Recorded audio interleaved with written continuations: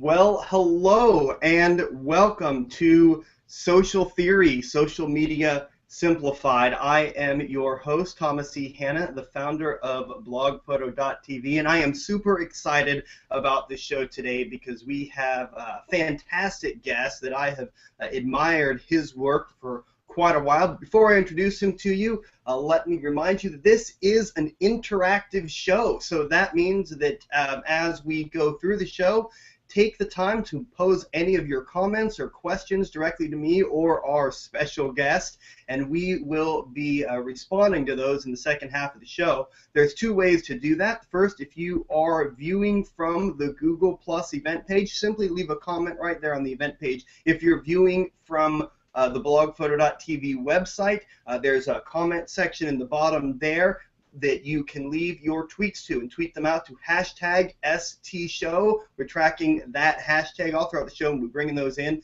So we are excited to have you join us as well. And now, without further ado, let me introduce the man that we have to talk to today. This guy is the founder of Dustin W. He's the chief marketing officer of Weal Media, and he is a web designer and branding expert in his own right. Dustin W. Stout. How you doing, Dustin?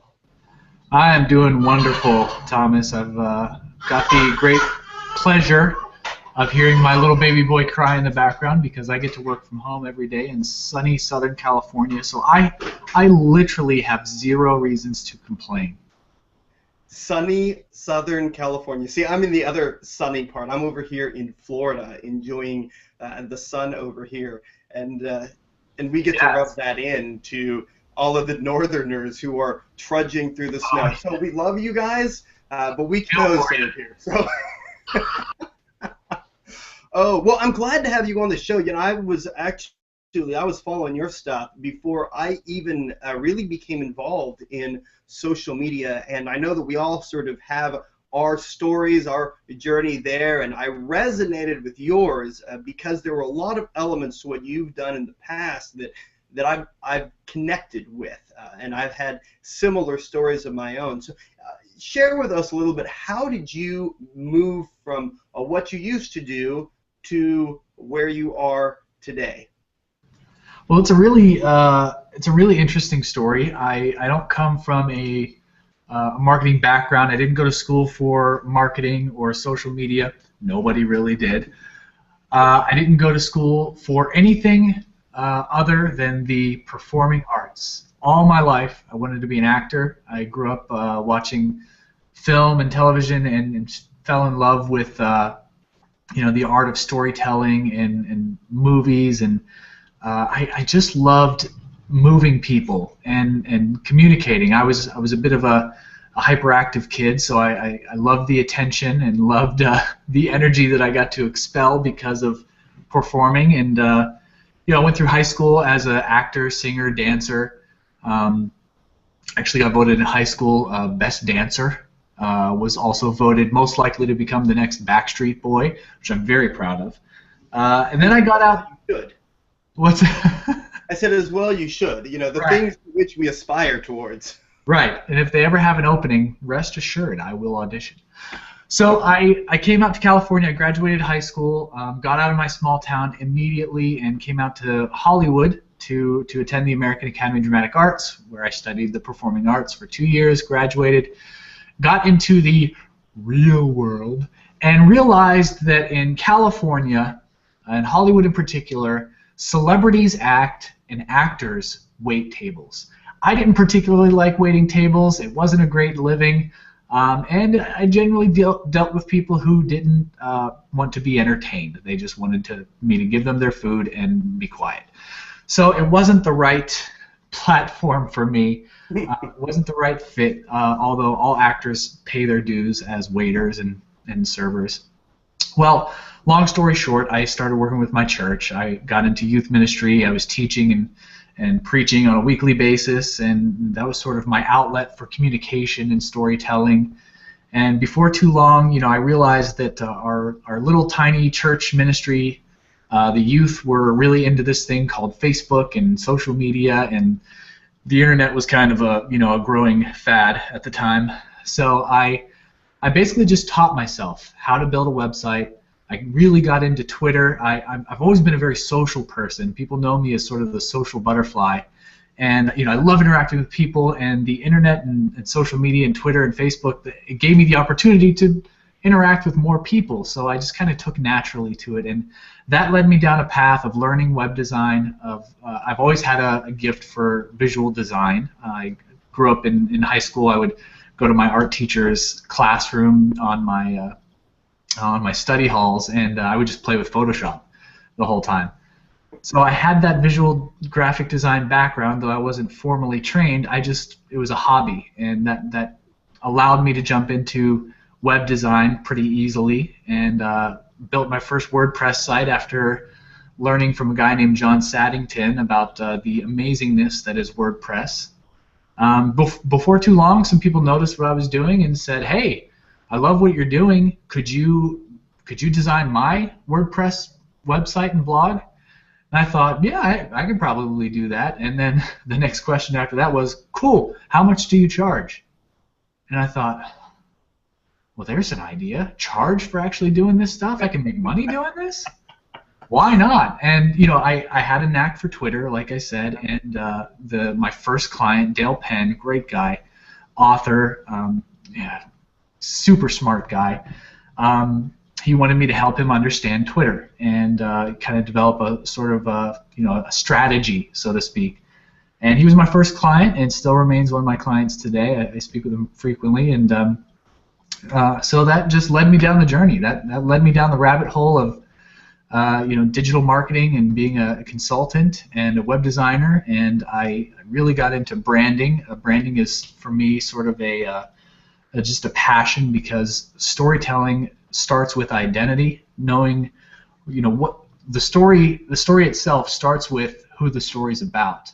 Mm-hmm. And without knowing who the story is about and that identity that it's tied to, you can't tell a compelling story. And so for me, branding sort of starts that journey of storytelling. So really love that, and here I am today. Got involved with Google Plus early on, and found a really great group of people that I learned a lot from, and who somehow learned a lot from me, and carried me to a place where I now get to work with some of the coolest and most innovative brands in the world, and I'm just super excited.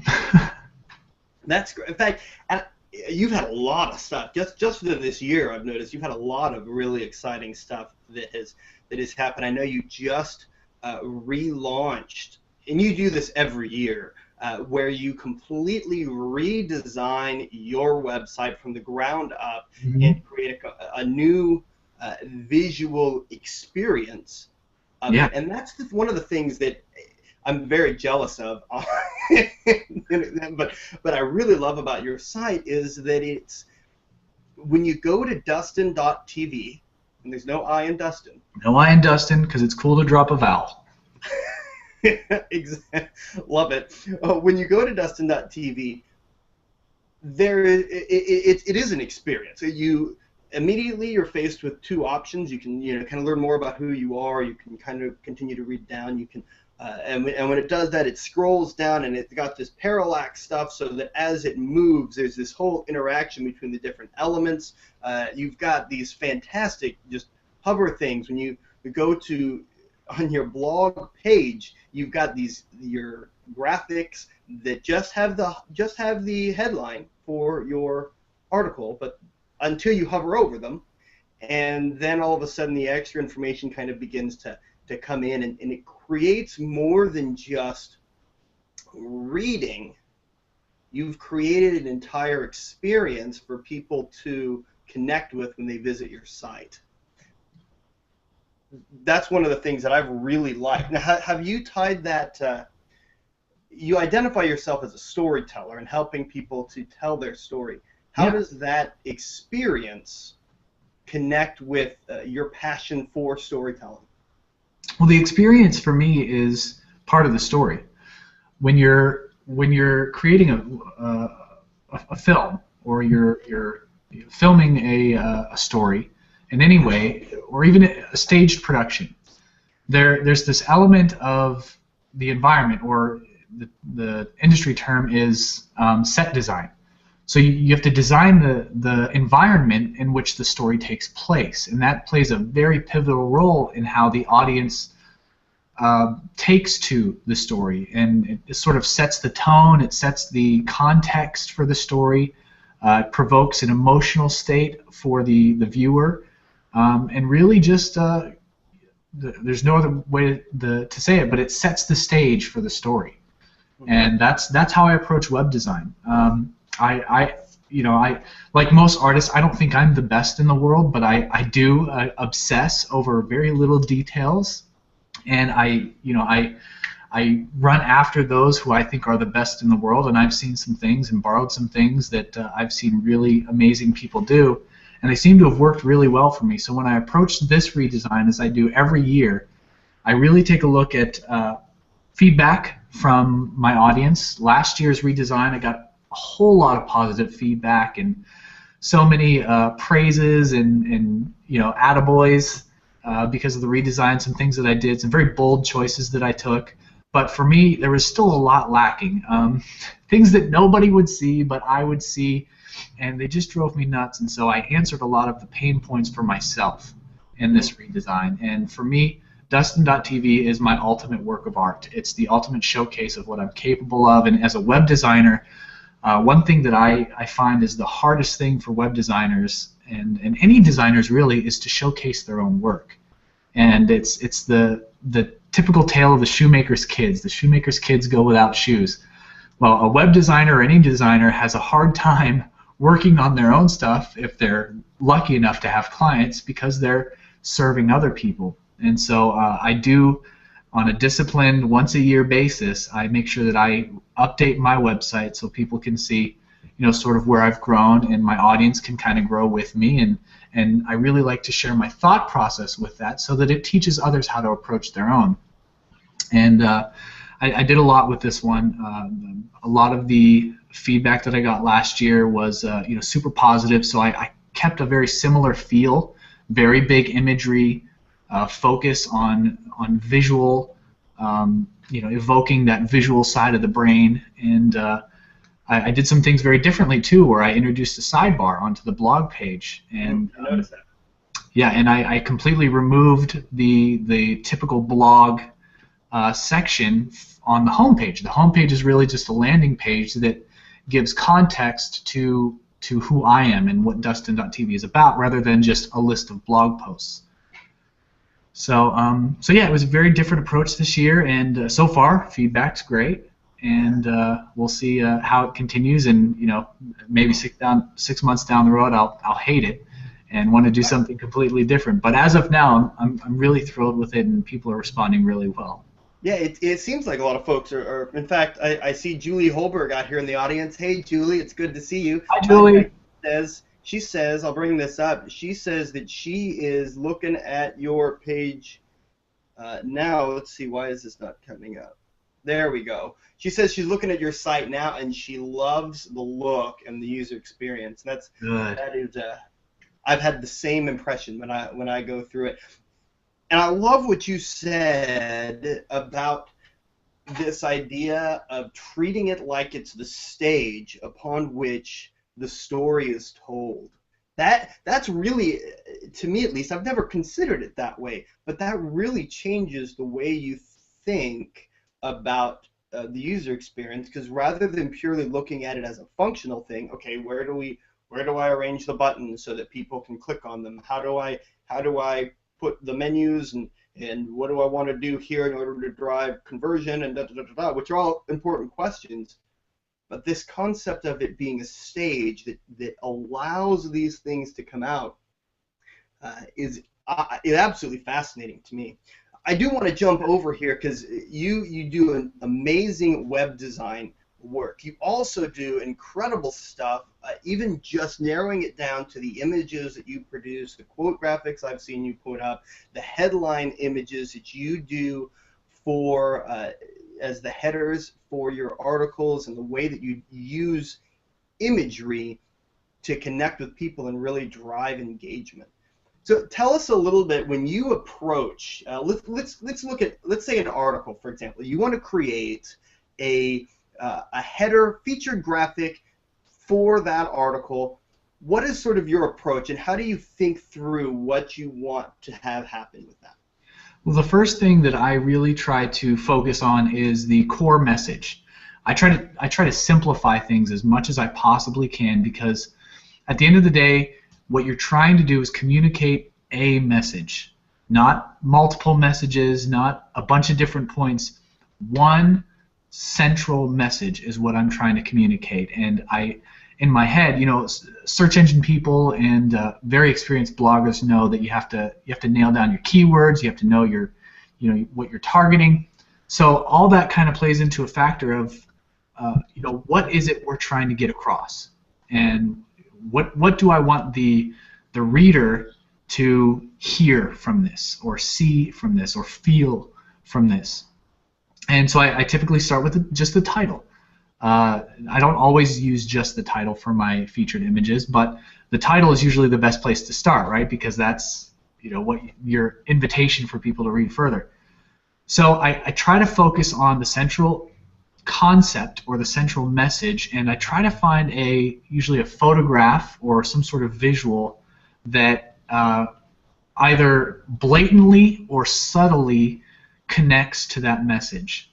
Now, for me, the photograph or the background of the visual graphic sets the tone. It adds the context. The most difficult thing about reading text in any format, whether it's a magazine, a newspaper, or a blog, or even comments on a blog post or comments on social media, is you lose tone. You really lose, unless the writer is fantastic at getting his tone of voice across, you really lose a lot of context and the tonality, and there's so much of human communication that is nonverbal that gets completely lost in a digital format. So what I try to do is I try to use that photo or that background or the entire image to set the context and the tone of what I'm trying to come across. So I start with what am I trying to communicate? What's the message? And two, what's the tone that I want to set? What context do I want to set? And I just go out there, start looking for a photograph that ties in some way. Now, I'm the kind of guy that I kind of like subtlety. There's been a big trend lately to move away from stock photography, which stock photography is great, and it's served its purpose, I think, but it's usually been so kind of cheeky and cheesy and over the top, obvious. I tend to like the more subtle messages. The reader has to look at the image and think for a second about how it connects, and when they discover that, it's, oh my gosh, it's like they've solved a puzzle, and it's sort of a delightful experience. So that's kind of how I approach it. I saw something the other day, and it cracked me up, but I think it really gets at what you're talking about. There was, I don't remember which site it was. It may have been Search Engine Journal or one of those. They were talking about kind of how ridiculous that some of these stock photo things have become. And the article was, this is what an intern looks like. And it's got the person in the scrubs, and they're like, hi, I'm an intern. And nobody resonates with that. Right. On the flip side, yeah, it cracked me up, because I'm like, yeah, that's the problem with it. On the flip side, this was really interesting. You mentioned John Saddington earlier. And I know that he had a big influence on you. I know that back when he had his theme that was like the WordPress theme, standard theme, was that what it was called? Yeah.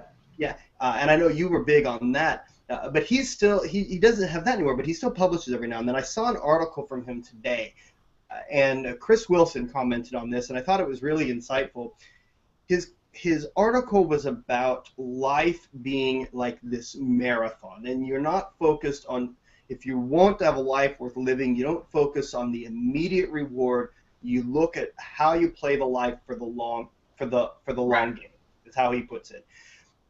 And he used a couple of metaphors throughout the article, but the photo that he used was the bridge. It was this really, really long bridge, but it didn't have anything to do with a marathon, didn't have anything to do with any of the other metaphors he used in there, but it captured sort of the emotion of this long trail that stretches off into the distance.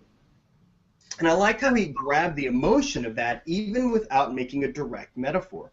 Yeah, I loved that. I saw that same exact post this morning, and I saw Chris's comment on it, and that nothing says it better than that. I had this moment where I was just like, yes, that is it. That's the example. Yes, John Saddington for the win. Mm-hmm. And I was talking recently with somebody else. An interview that has not aired yet. With a very good friend of mine, Donna Moritz of Socially Sorted.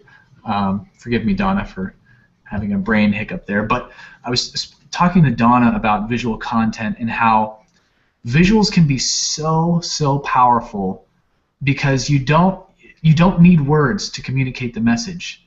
When you use a good visual, you need less words to communicate the message. And the example that I always use, the greatest piece of marketing that I think any company has ever created, is Nike's "Just Do It." Yeah. Now you take that simple phrase, "Just do it," which I use probably 1,000,000 times a day, and I think of Nike every single time. Just do it. You put that text on a page by itself, it could mean anything. Anything in the world. I mean, it's open to 1,000,000 different interpretations, 6 billion interpretations. But you take that same text, you put it over top of a photo of a young woman who's lacing up her tennis shoes. Instantly that connects. The message is set, the tone is set, the audience is directly identified. It says so much more when you put a great visual behind a small piece of text that without it would mean nothing, or a whole bunch of things. And that's the power of a good visual.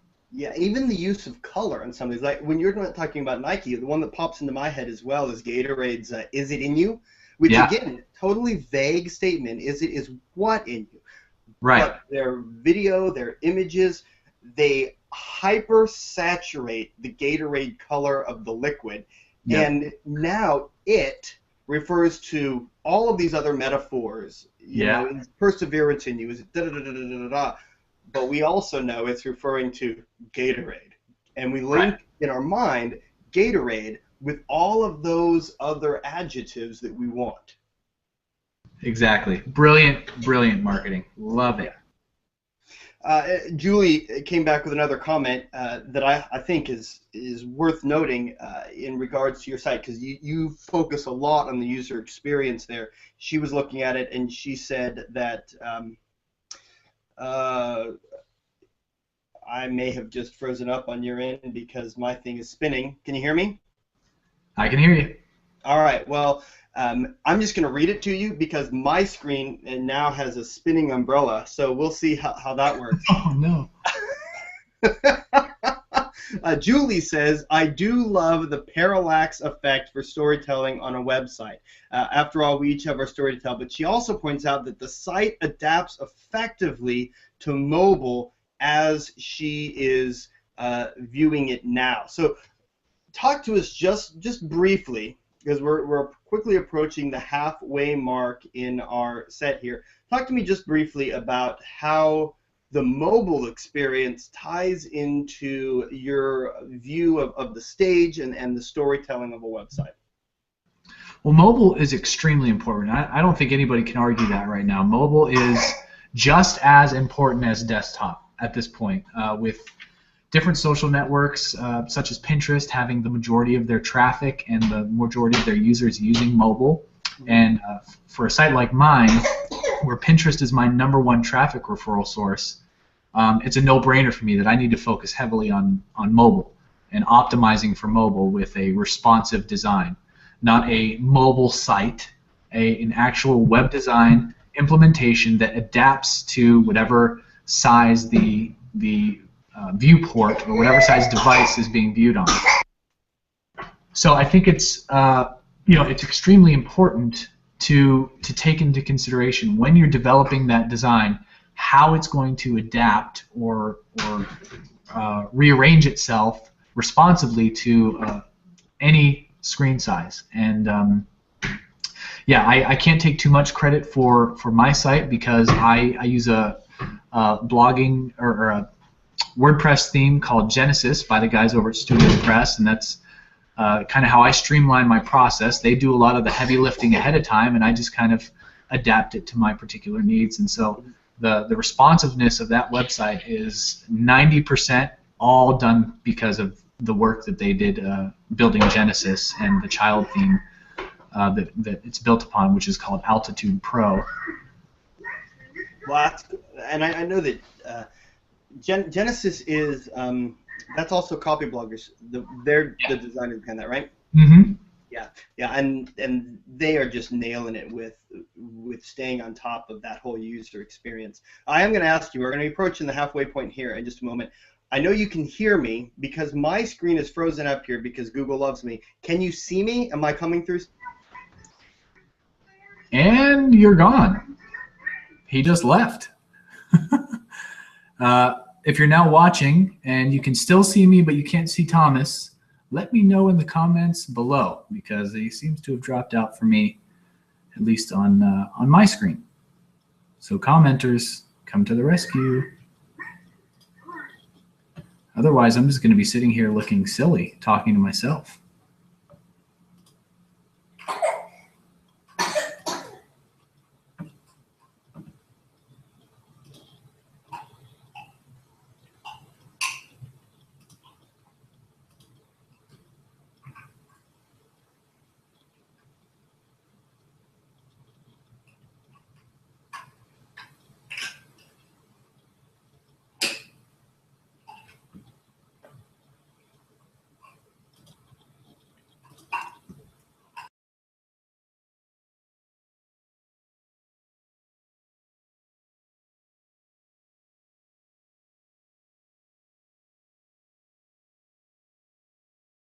All right, looks like I am still on. Thanks for that. Oh, and here he is.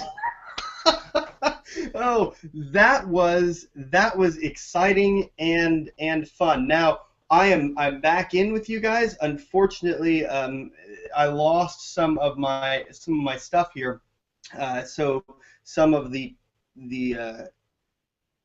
comments that I had up on the side. It'll take me a moment to get those back on, but that's okay because I'm back. And do you know what that means, Dustin? Because we passed the halfway point. I sat there. Oh, and here he is. Whoa! Talk about wonkiness. What does it mean, Thomas? We're back. That means, since we have, according to the social theory, big green clock, we have passed the halfway point in our show. Yes. That means that it is time for this or that.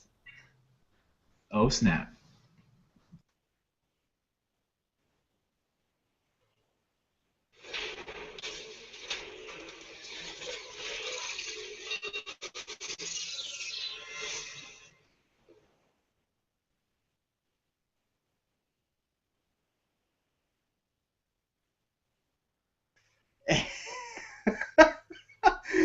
Oh, and we are all sorts of exciting right now. This is. Oh God. I got to tell you, I today am in love with everything Google. Oh, this is great. We I don't know what the audience is seeing right now, but I am seeing the best. I know. I have no idea what is going on. Oh, well, you've got to have fun and going on. There we go. Going on for the show, or it is not fun and exciting, right? You got to play with it. Right. So it's time for this or that, and here is how we play this or that. This is the point of the show where we get to know our social media leaders just a little bit better by asking you a series of 4 questions, which will force you to decide this or that. Each question will provide you with 2 possible scenarios, and you will then have to choose between them and tell us why you made that choice. These will be drawn from 4 categories. The first category is fear or discomfort. The second is appearance or embarrassment. Ethics and intellect is the third, and then a random question, a random category. And these are randomly drawn from my deck of Would You Rather cards. So tell me, Dustin Stout, are you ready to play Would You Rather? I am so ready. I've got my Hulk Hogan mug ready, brother, and fire away. Let's do this. Question number 1. Would you rather always have to wear wet socks or always have to wear wet underwear? Oh gosh, that's a no-brainer. Wet socks. And why wet socks? Underwear. Stout. That's just no fun. All right, so the first one is you would wear wet socks. Question number 2, would you rather have to watch with your family and friends a video of every time you have ever cursed or every time you have ever lied? Oh gosh. Man, I'm trying to think which one would be the longer film. Probably of every time I've ever cursed. Okay, and why every time you've ever cursed? Well, because if we watched the one where every time I've ever lied, then they'd really catch all my poker faces, and can't have anybody figuring out all my poker faces. All right, so poker faces it is. We will sustain the Dustin Stout poker face. All right, here's a good one. No, you can't read my poker face. No, you can't read my. Are you gonna dance? You said you were known for your dancing.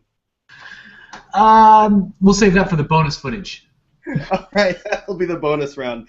All right, question number 3. Would you rather have a photographic memory or extrasensory perception? Ooh, ESP for sure. Okay, and tell us why. Well, I almost have a photographic memory. I have a pretty good visual memory. I wouldn't say it's 100% photographic, but I do have a pretty decent visual memory. And extrasensory perception, man, to have superpowers, that would just be awesome. So for me, superpowers all the way. Superpowers for the win. We'll go that. All right, are you ready? Last one. Would you rather be taken too seriously all the time or be thought of as only a partier? Well, I think thanks to a few people here on Google+, I am taken a little too seriously all the time. So I think being known as only a partier might be a good change of pace for me. Dustin Stout, party animal. Party animal. That would make for great visual content, don't you think? Oh gosh, endless visual content. I can't even imagine. All right. Well, at this point in the show, we want to jump on over and move from theory to praxis. I was able to get the comments back up here, so I know we've got some great one here. John was enjoying my sustainable head twitching apparently there. He says that I hope somebody got an animated GIF of that. If I would have had my screen record software out, I would have gotten that. Yeah, he says it's definitely entertaining. Haha, great save, Thomas. All right, well, I appreciate that. I appreciate that, John. All right. Okay, so let's see. Carrie Ann agrees. She says that somebody has got to make a good GIF out of that. So awesome. All right. This or that. All right. We had some great questions up here. I am going to try to bring this back. And let's see. The power of Google Plus working as intended. We had a great one from. There we go.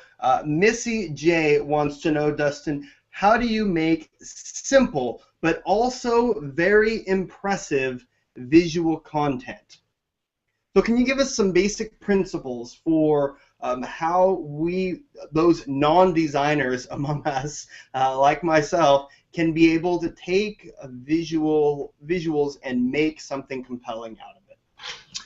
Well, I think the very impressive part just comes with time and practice. Like any skill or hobby or anything you do, really, the more you do it, the better you're going to get. That's just how it works. You got to put in the work. Simple comes from my core philosophy of the communicating a message and communicating a message effectively. I don't believe in adding extra frills, extra swirls, extra bells and whistles unless it enhances the message. So none of the web design I do has different textures and gradients and spirals. None of that. Everything that I do from a design standpoint is by means to enhance the message, period. And so a lot of people like to hide behind excess visual clutter. They think, it doesn't look right, so I'll just add more to it until it looks right. And that's not the way. One of my favorite quotes, gosh, if I can remember his name, but gosh, I have it somewhere, and I'll remember it tonight in the middle of the night in a cold sweat. But the quote goes, "Perfection is not achieved when there's nothing more to add, but when there's nothing more to take away." So you've reached perfection when there's nothing else that you could take away, not when there's nothing more to add. So simplicity and beauty is involved in just keeping things simple. And for a non-designer, I wrote a very lengthy blog post about how to create visual content that doesn't suck. And it really only covers three design principles that anybody can learn and anybody can implement into their visual content. And it's those three principles of balance, framing, and contrast. If you just understand those three principles, you don't have to be a skilled designer. You don't have to be a trained visual artist. You just have to understand those and get to work. And keep the message simple. Yeah, and I remember that article because I read it and I took in that article. One of the things that you break down regarding balance is you break the image into sections, right? So like a tic-tac-toe board. So you kind of have your areas of thirds, or even just a cross right in the middle. And then you can be able to see, all right, there's stuff going on up in this quadrant here. So if I want to balance that, I need to have my text in this quadrant here. Exactly. That was huge for me because it made things so simple. Instead of looking at something and trying to say, okay, how do I wrap text around this? And then it looks cluttered, and I'm like, I don't like that. Being able to break it up and put that, or even when you're cropping, if you have a larger image and you're cropping it down to a particular ratio, for if you're going to optimize it for Twitter or Pinterest or something like that, being able to arrange within that cropping where the busy part of this aligns with one of those quadrants easier can allow you to plan that out. And that was just a really super practical thing that you have. In fact, when we're done here, we'll go ahead and put the link to that post in the comments.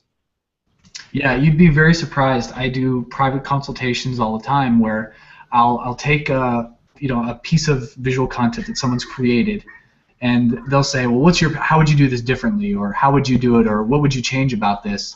And you'd be so surprised at just how balancing out the elements can completely change the feel and make it seem like a professionally done thing. They've got everything on one side of the photo. If they would just balance it out and so that it's not lopsided, it makes all the difference in the world. And that one concept alone could be exactly what people need to see. And just try to imagine that grid. Photographers do this naturally. They see everything in the rule of thirds. They break everything down into three sections, and the Fibonacci principle of beauty comes in certain aspects and ratios and things. So yeah, balance is a good one.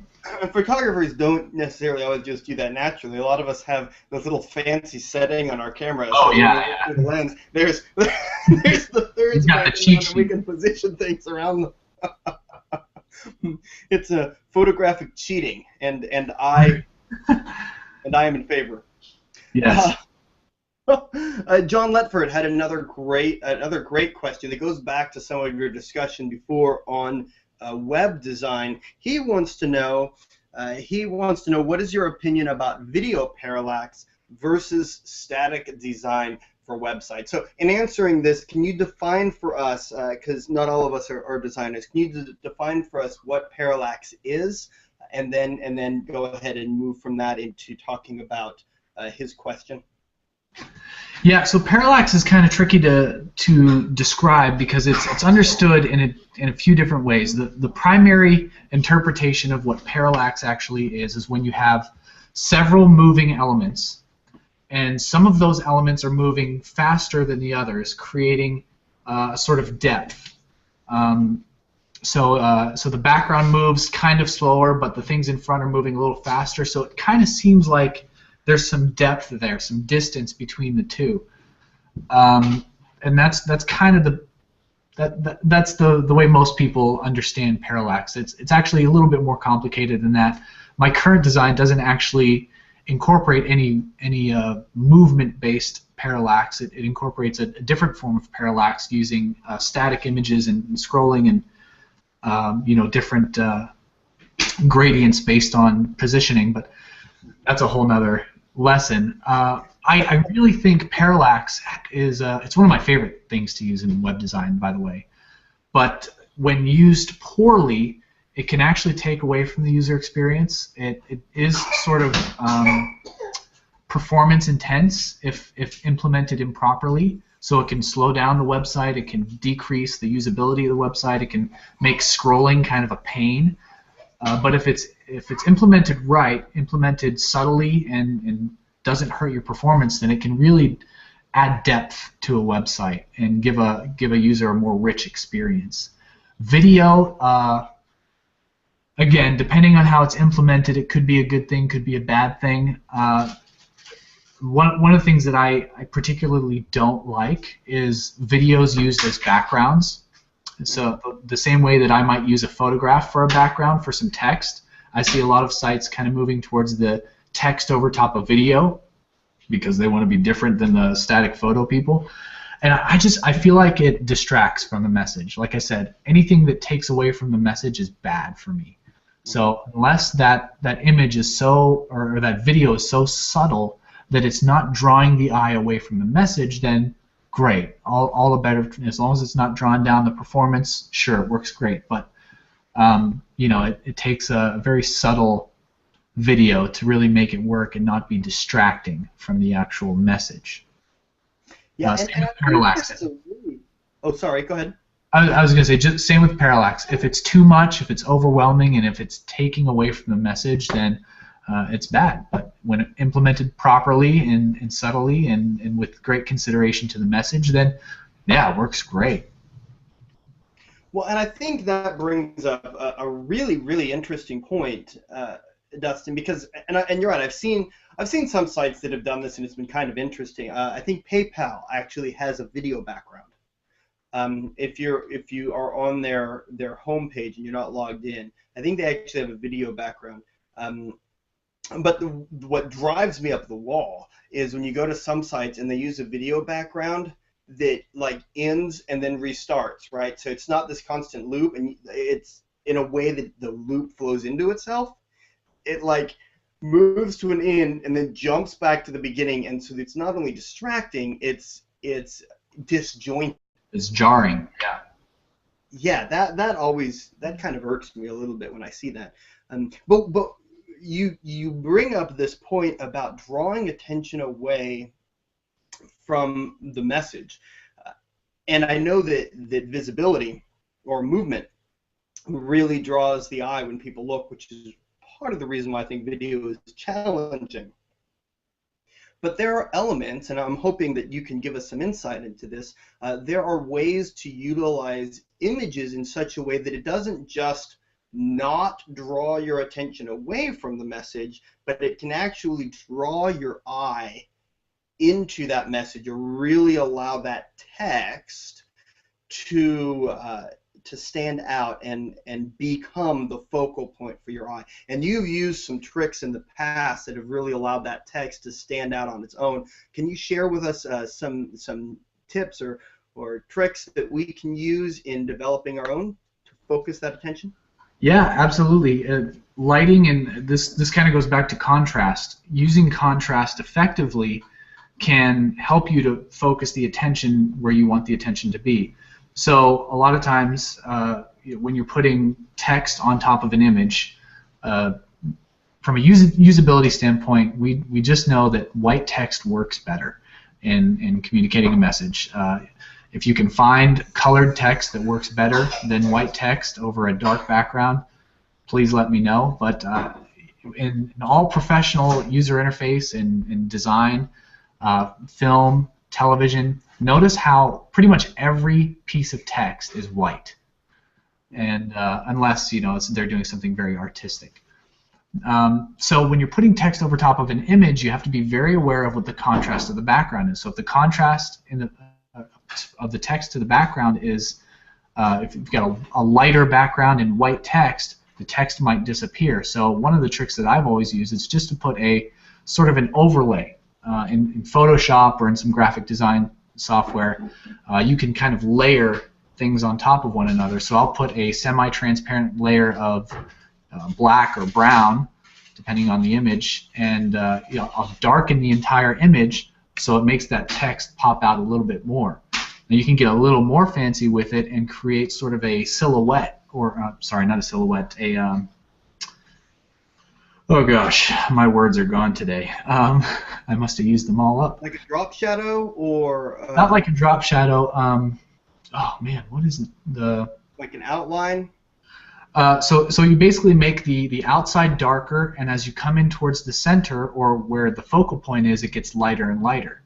So like a radial gradient or something. Yeah, like a gradient. And gosh, there's a word for it, and I can't think of it.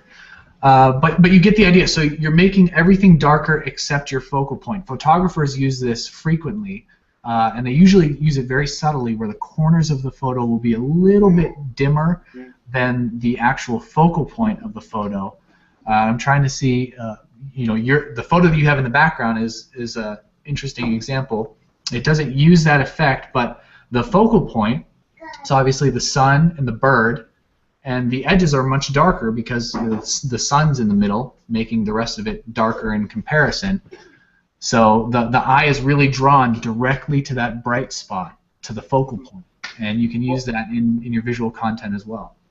And actually, Dustin, when I shot this in Dunedin here in Florida, and when I did the editing for this in Lightroom, one of the things I did do, and I know the word you're looking for, and all of a sudden it's evading me as well. But I did add that. I did add the darkening of the edges there specifically to draw that in. Vignette. There was some of that naturally, so I didn't do a lot of it. But I did. Adding a vignette. Yes, the vignette. Yeah. Vignette. So I did vignette this a little bit here, and there's green. Very subtly, I didn't do a whole lot of it because of the way the contrast was. But yeah, even here, I did do that intentionally. Right, and so exactly, as you're asking, how do we draw the eye? And that's one of the ways that we draw the eye. We make the focal point a little bit brighter, and a little bit more than the rest of the background. Yeah, you've also done one of the other things I've seen you do as well, and then we're starting to draw near the end of our time, but you've also done things where you've applied like a subtle blur to the background.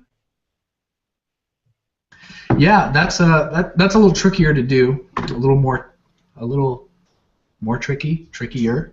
Either way, poetic license, because sometimes it requires a higher end software. But if you take a look at the way that filmmakers do it, filmmakers have a tool in their toolbox on a camera. And it's referred to as depth of field. So your focal point on your camera, and even photographers know this. Same thing. Your object, your focal point is in focus while everything else is sort of blurred out, just like the human eye. When I'm focusing on my laptop, the background and everything behind it is sort of blurred out because that's where my eyes are focusing. Yes, brown Letua got vignette for us.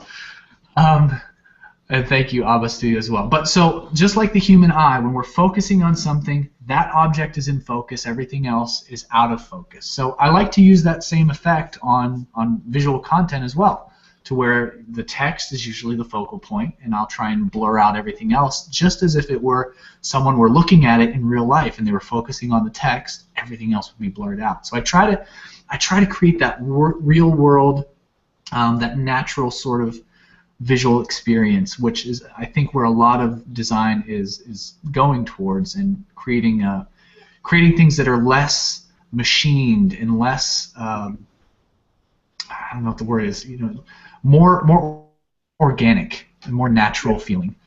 Mm-hmm. That's why a lot of design today shies away from these heavy drop shadows, and everything's a lot more subtle, a lot more natural. Mm-hmm.